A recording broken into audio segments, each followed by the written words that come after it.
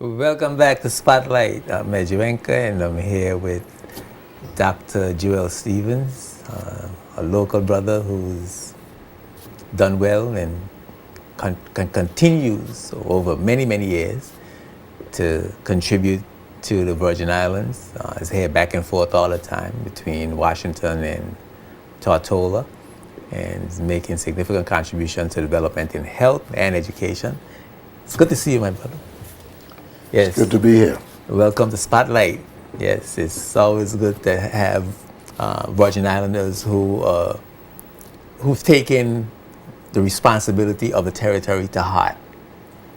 Well, thank you for saying that, and let me take this opportunity to thank you for the tremendous public service you're doing over these many years in educating our listeners and putting many issues out in the forefront. And also for your example that you've always preached about to me and others on the board would listen to you about the importance of healthy living. Yes, well, thank you very much for the compliment.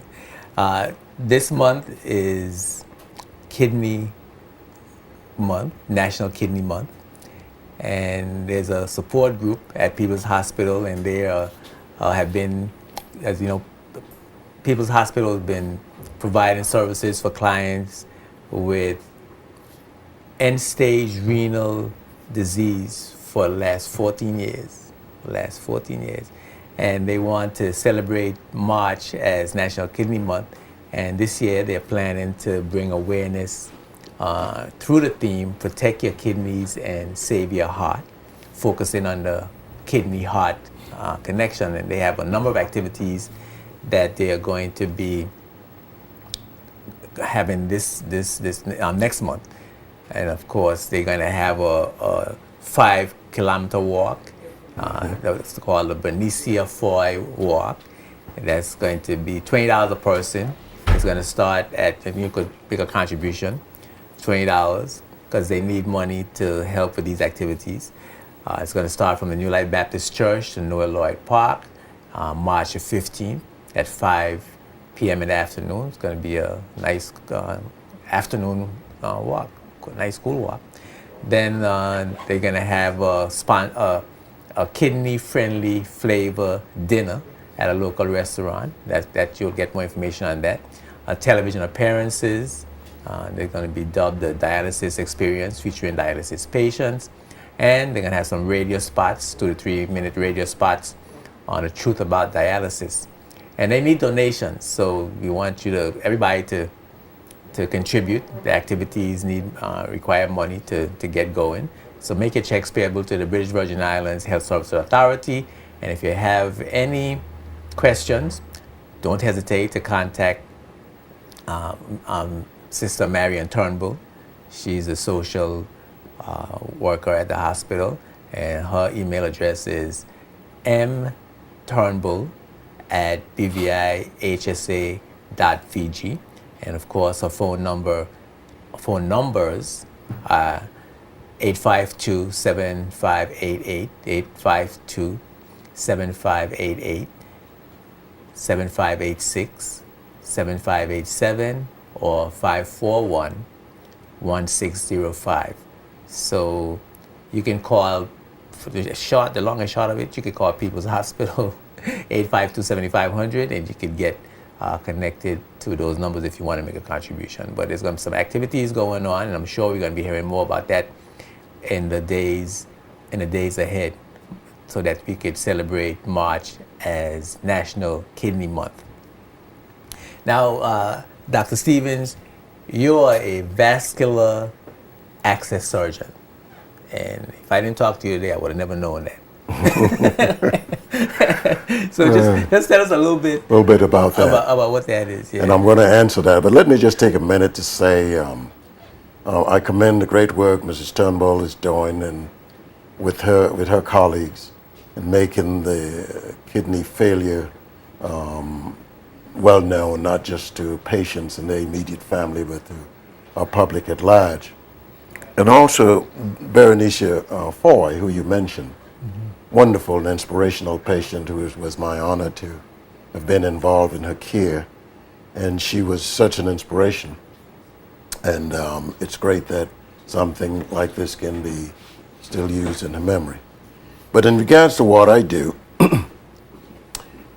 I do the surgical side of preparing patients for dialysis. There are many health professionals involved in the care of dialysis. The primary care physician is actually the most important one in the physician tree. That's who sees the patient initially. The nephrologist is a specialist in the medical care of kidney disease. And the vascular access surgeon comes in late. We prepare the patient, their blood vessels, to put them on dialysis. Our preference is that you don't need me, but the reality is that we still do sometimes. Oh, okay. Now, dialysis is sort of like the last resort. You're at the end. I think they call it end-stage renal disease. That's right. Where now your kidney has stopped functioning properly. And when I say stop functioning properly, what does that mean? What does the kidney does that you have to have this machine now take over the kidney functions? That's an excellent question. The best answer I can give for that is the kidney is like a huge filtration machine. It is able to filter the blood of the impurities, pass the impurities out in the urine, return what we'll call clean blood back to circulation. So it works in conjunction with the heart. The heart sends blood to all organs, including the kidneys. And when the kidneys fail, because the kidneys are made up of millions of units called filtration units. And those filtration units are little small blood vessels. When they fail, then the kidney is not able to cleanse blood as it was doing. And so these impurities build up in the blood. And before the 1960s, we had no way of keeping such a patient alive. They actually died in a coma in most cases. But after that, we were able to find ways to what we call access or get into the blood vessels. And that's where the surgeon comes in, because he has to construct the blood vessels in a sort of a normal way, but in a way that allows us to get into the blood vessels, take blood out of the patient that's for want of a better word, dirty or impure with impurities. The dialysis machine cleanses that blood and returns it to the patient. But that is the final stage, as you mentioned, of kidney failure. There are really actually 5 stages that any one of which before the 4th stage, we can probably intercede, and if not stop altogether, we can certainly prevent it or delay it from getting to that 5th stage. Okay. Now, when the kidney fails, obviously the blood is not being filtered, and so, as you said, you have the unclean blood. Mm-hmm. But what happens to the kidney? What actually happens when the kidney fails? Is the kidney pumping as well? Is it, something gets clogged in it? What actually happens to the kidney that prevents it from filtering the blood? That's a really good question. It's still alive. Mm-hmm. There's blood flow coming to it, but these little tiny little capsules, these little tiny organs within the kidney made of tiny, tiny blood vessels are blocked. Mm-hmm. So they can't do their filtering process. The blood can't get through. The blood it's getting to it, but it can't go through. It can't go through the exactly, go through that final stage.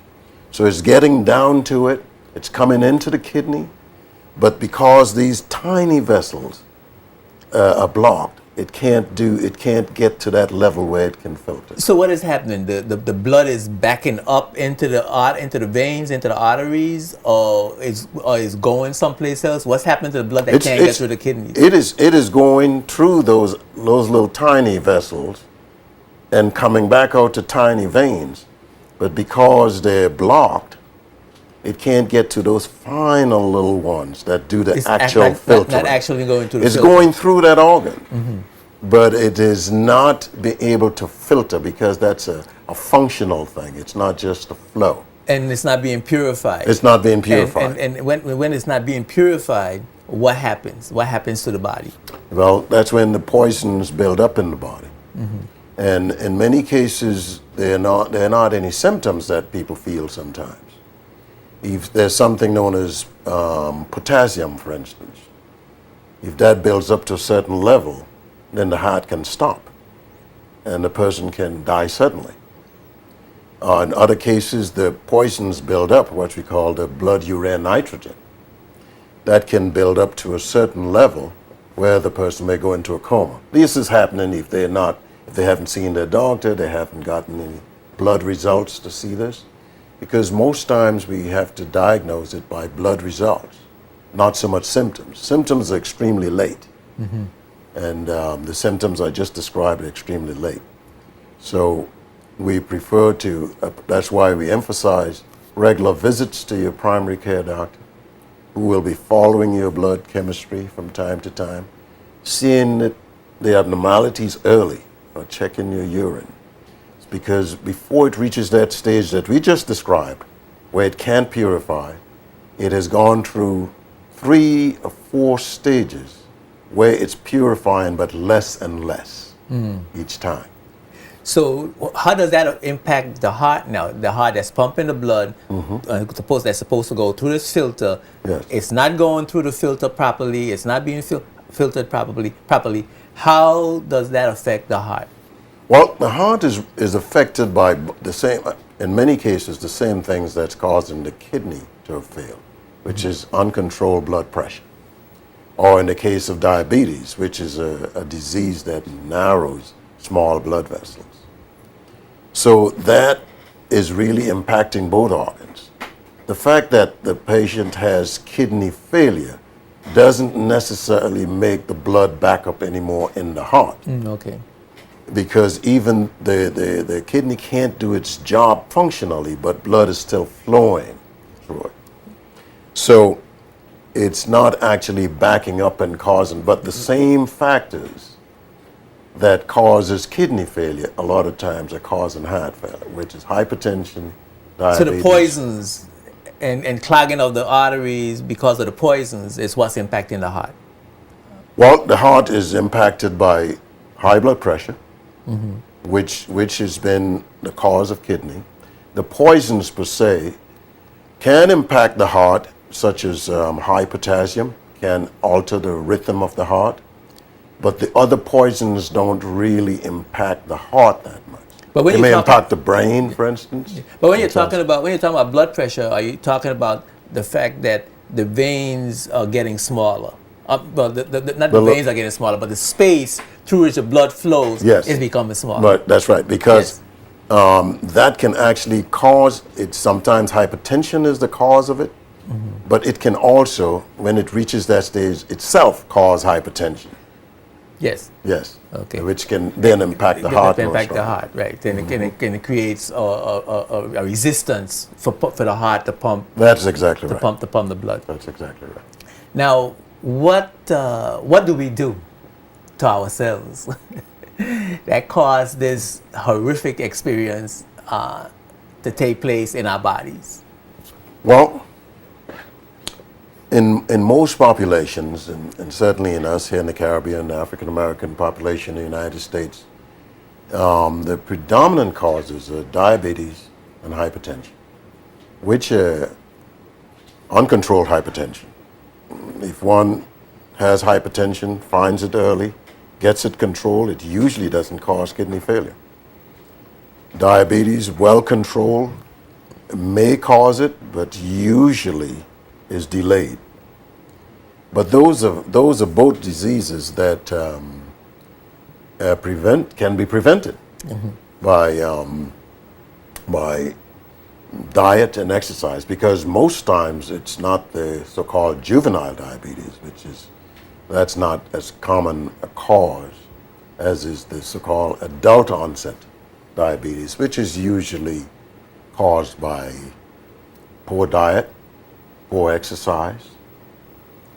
And in some cases, when you do those things, you still may get diseases. But statistically, when one adheres to a good diet and exercises, you usually don't get those at as early an age as we're seeing in our population. Okay. Now, we may see them much later. So the foods we eat, at first it causes the space in the arteries and the veins that the blood flow through to be smaller.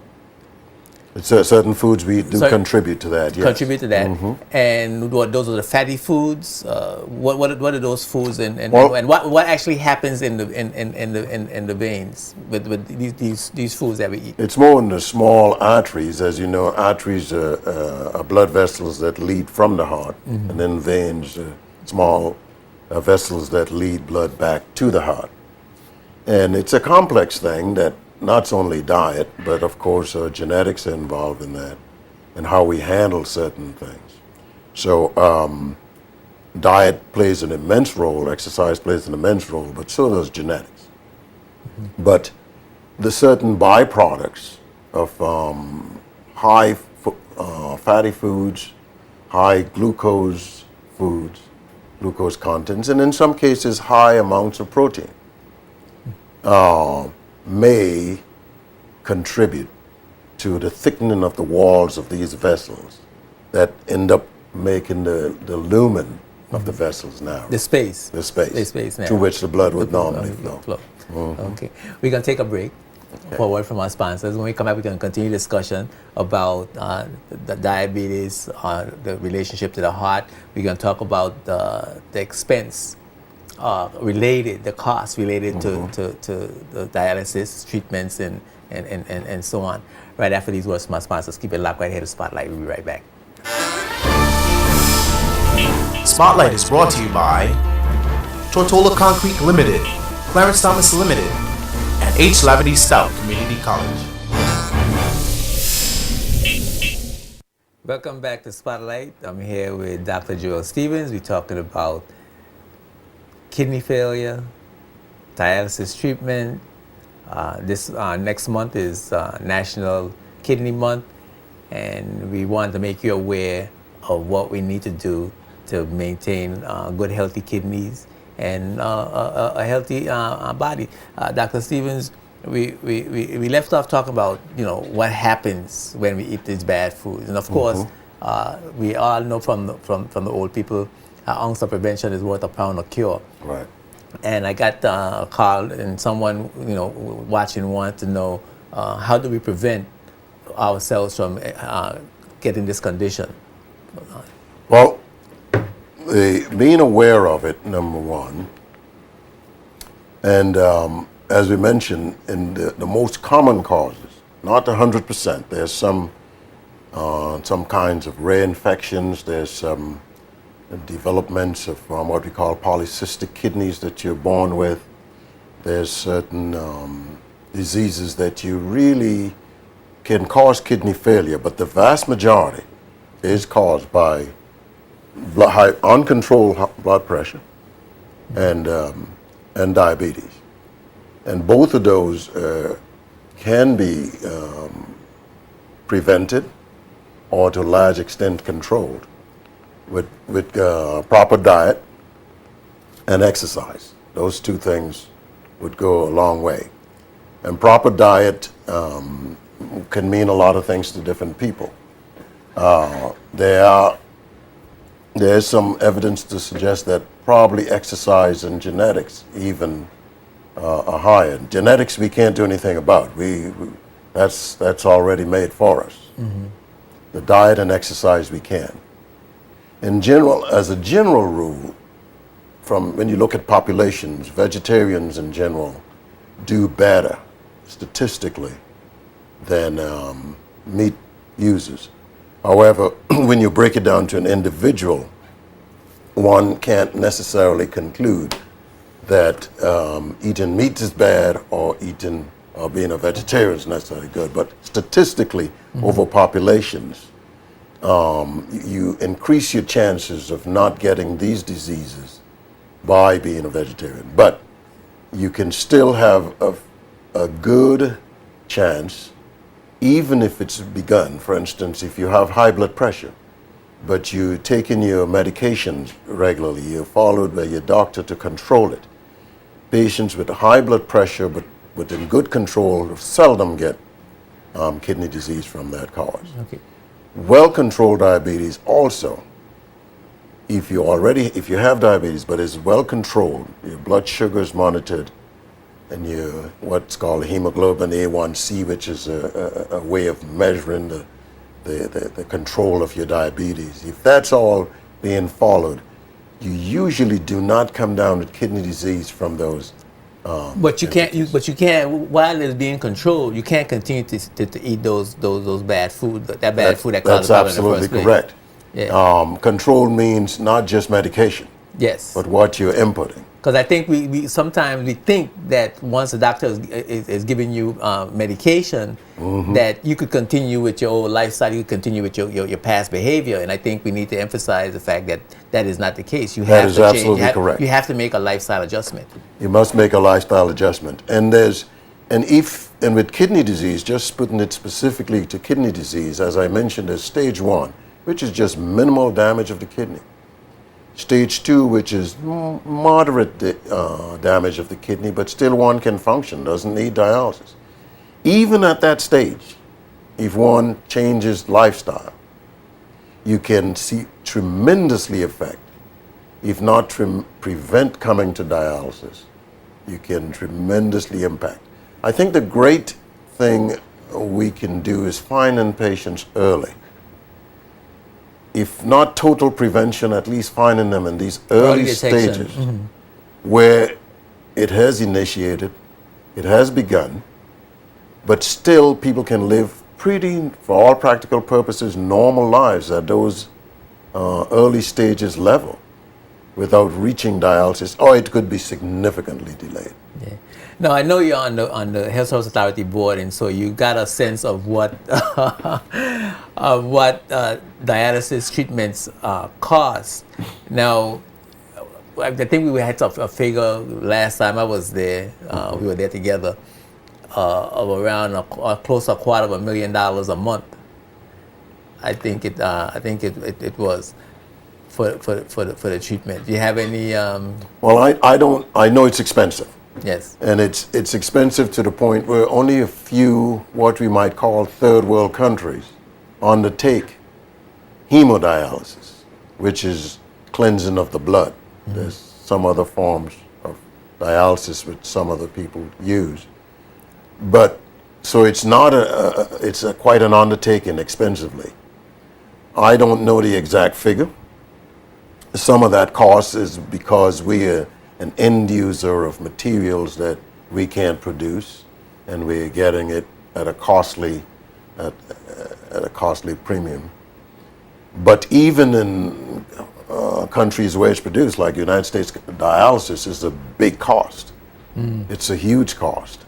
And a lot of that cost is because of the vascular access, complications from the access. Mostly patients who come to us late have to get catheters, which causes infection.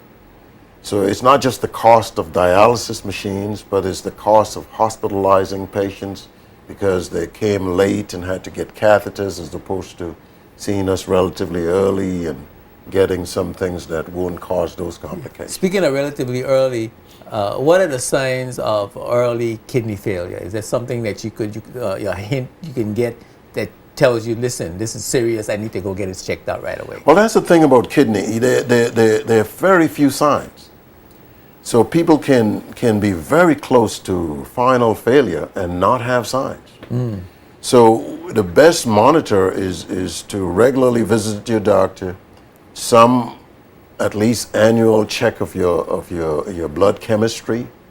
And the blood chemistry has been a great godsend to us, because before that, people could just collapse. They feel fine, but their kidneys are failing, their potassium is building up, and it affects the heart rhythm. Now, that's a late sign. You don't want that. So there are things associated with, let's say, uncontrolled blood pressure, severe headaches and things like that that might signal to a person that their blood pressure's not being controlled and might imply that the kidneys are being damaged. They might see some obvious things like maybe an occasional blood in the urine. These are rare things. Mm-hmm. But for most patients, it's an asymptomatic course. And the best thing to do is get regular checkups. Regular checkup. Now, I got some figures. Say, each treatment costs $650. Patients need at least 3 treatments per week, which costs about $8,450 per month for each person. So it's about almost $8,500 a month for each person. Mm-hmm. And right now we have 40 patients accessing dialysis. Mm-hmm. So you multiply $8,500 by 40 per month, and that will give you a good idea of what it costs. That means that we really need to look at prevention in this situation. We need to look at prevention. We also need to look in the cases of patients who have reached that final stage. The relatively young people, the transplantation might be a bigger cost up front, but in the end is cheaper than dialysis, than chronic dialysis, for patients who can undergo the major surgery of transplantation. So we should approach it on several fronts. Of course, prevention is the best. Yes. And that's the one that we have to keep constantly emphasizing. But we have to be prepared, nonetheless, to handle patients who are going to fall through that grid. And we can reduce our costs with still them coming early. We get, instead of rolling in through the emergency room and getting a temporary catheter, which is going to cause problems, we can reduce the cost of that. We can be pushing transplantation. And what's also being pushed, it's not very popular in most places, is so-called peritoneal dialysis, where we are cleansing the blood indirectly through the fluid in the abdomen. That is being considered in many places as a less costly mode. But we want to emphasize as well that you need to have a lifestyle change. You need to make sure you eat and exercise with the right foods, and to prevent that from happening altogether. Prevention is the absolutely best. Yes. And even to not let it start at all, and even in the early stages, to change lifestyle, and in terms of more exercise, better eating habits. Beyond the tyranny of the clock, Dr. Stephen, it's been a real pleasure. Thank you very much for coming and sharing a tremendous amount of information with us. We really appreciate it, and it's really good to have you here. Thanks again for having me. Yes. Appreciate the opportunity. And I have to say that about persons, the hospital is looking for contributions for treatment for those persons who don't have insurance, and to help to defray some of the costs of the dialysis treatment. So you can call and make your contribution at the hospital, 852-7588, 7586, 7587, or 541-1605. Or you can just call the hospital, 852-7500. That's the easy way to do it. Or you could email mturnbull@bvihsa.vg, and you make your checks and your donations payable to the Health Services Authority, the BVI Health Service Authority. Great information. We're going to take a break, and when we come back, we're going to come back with Bishop Klein. We're going to be talking about a lot of things, including the Save the Seed Foundation. Of course, he's a businessman, so he knows about the challenges that we have with business in this economy, some of the disruptions we are having with the globalization process, the internet access, where we could sit now, we could lay on our beds and shop, and not have to go to the stores there, what all that means for us and our economy here in the territory. Keep it locked right here to Spotlight. We'll be right back after these words from our sponsors. Spotlight is brought to you by the National Bank of the Virgin Islands, the BVI Tourist Board, and CCT Global Communications.